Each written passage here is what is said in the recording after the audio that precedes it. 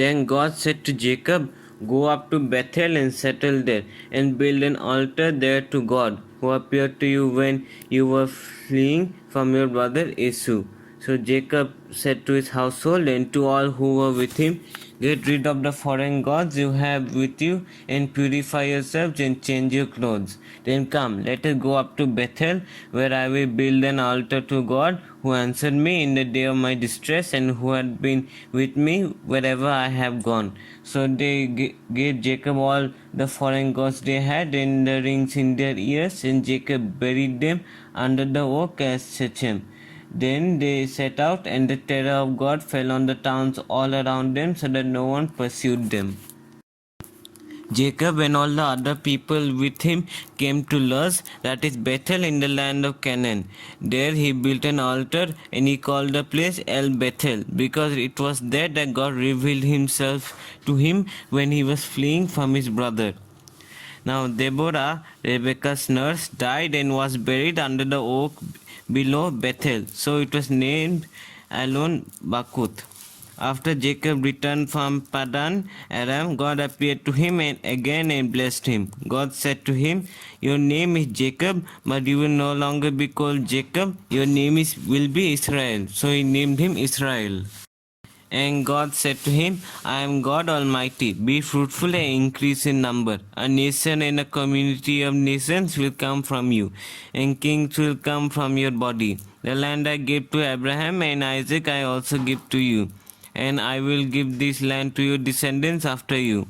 Then God went up from him at the place where he had talked with him.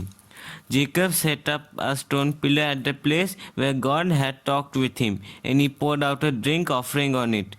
He also poured oil on it. Jacob called the place where God had talked with him Bethel. Then they moved on from Bethel. While they were still some distance from Ephrath, Rachel began to give birth and had great difficulty. And as she was having great difficulty in childbirth, the midwife said to her, "Don't despair, for you have another son." As she breathed her last, for she was dying, she named her son Ben-Oni. But his father named him Benjamin. So Rachel died and was buried on the way to Ephrath, that is Bethlehem. Over her tomb, Jacob set up a pillar, and to this day that pillar marks Rachel's tomb. Israel moved on again and pitched his tent beyond Migdal Eder. While Israel was living in that region, Reuben went in and slept with his father's concubine Bilhah, and Israel heard of it. Jacob had 12 sons. The sons of Leah: Reuben, the firstborn of Jacob; Simeon, Levi, Judah, Issachar, and Zebulun.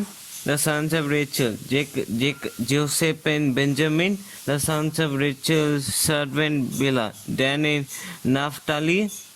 The sons of Leah's servant Ziplah: Gad and Asher. These were the sons of Jacob who were born to him in Padan Aram. Jacob came home to his father Isaac in Mamre near Kiriath Arba, that is Hebron, where Abraham and Isaac had stayed. Isaac lived 180 years. Then he breathed his last and died, and was gathered to his people, old and full of years. And his sons Esau and Jacob buried him. This is the account of the family line of Esau, that is Edom. Esau took his wives from the women of Canaan, Abda, daughter of Elon the Hittite, and Oholibama, daughter of Anna and granddaughter of Zibeon the Hivite. Also Basemath, daughter of Ismael and sister of Nebaioth. Abda bore Iphaz to Esau. Basemath bore Ruel, and Oholibama bore Jehu, Jalam, and Korah. These were the sons of Esau who were born to him in Canaan. Esau took his wives and sons and daughters and all the members of his household, as well as his livestock and all his other animals and all the goods he had acquired in Canaan, and moved to the land some distance from his brother Jacob. Their possessions were too great for them to remain together. The land where they were staying could not support them because both of their livestock. So Esau, that is Edom, settled in the hill country of Seir. This is the account of the family line of Esau, the father of the Edomites in the hill country of Seir. These are the names of Esau's sons. Eliphaz, the son of Esau's wife Ada, and Reuel, the son of Esau's wife Basemath. The sons of Eliphaz, Teman, Omar, Zepho, Gatam, and Kenaz. Esau's son Ephias also has had a concubine named Timnah, who bore him Amalek. These were grandsons of Esau's wife Abda. The sons of Reuel, Nahath, Zerah, Sama, and Mizah.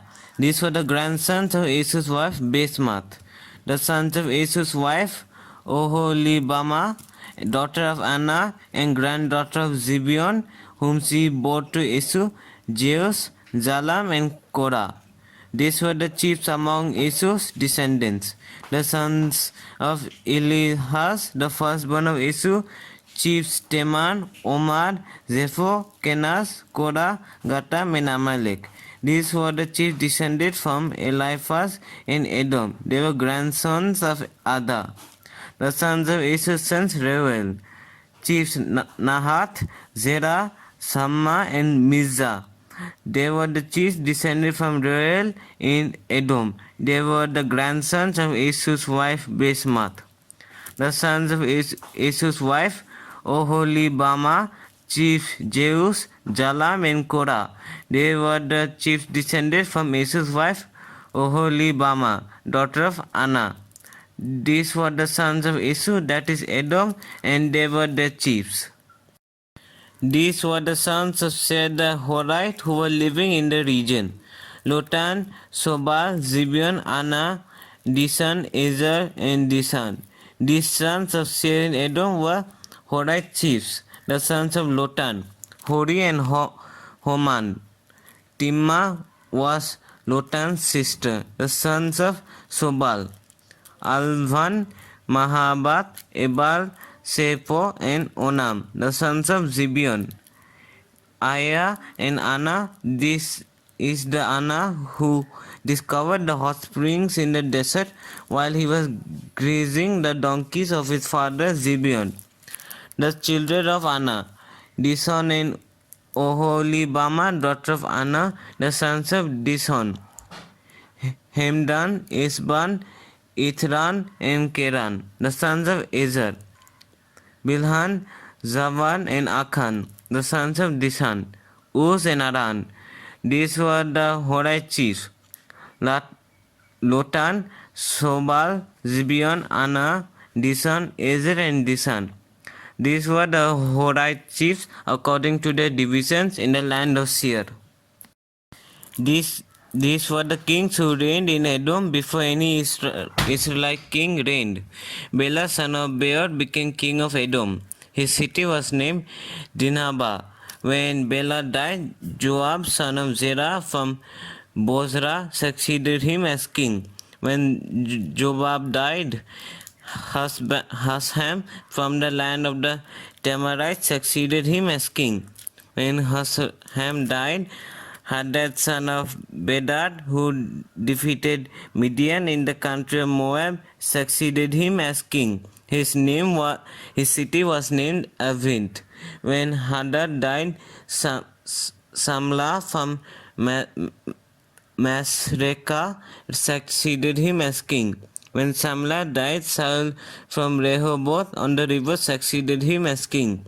When Saul died, Baal-Hanan, son of Akbor, succeeded him as king.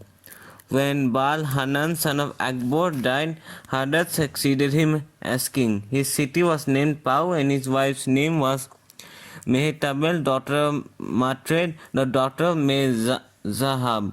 These were the chiefs descended from Esau by name according to their clans and regions: Timnah, Alva, and Jehud. Oholibama,